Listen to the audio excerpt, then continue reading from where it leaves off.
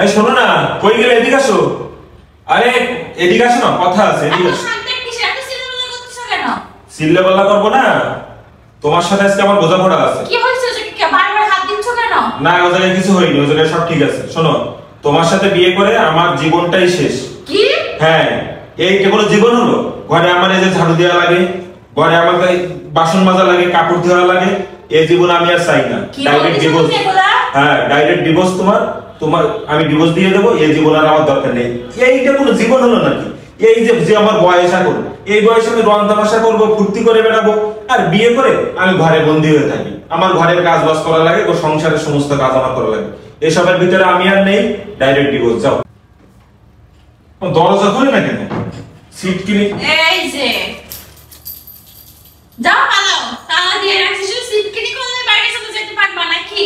তালা দিয়ে রাখছি, যাও। আমি ভুলে গেছি, ক্ষমা করে দাও।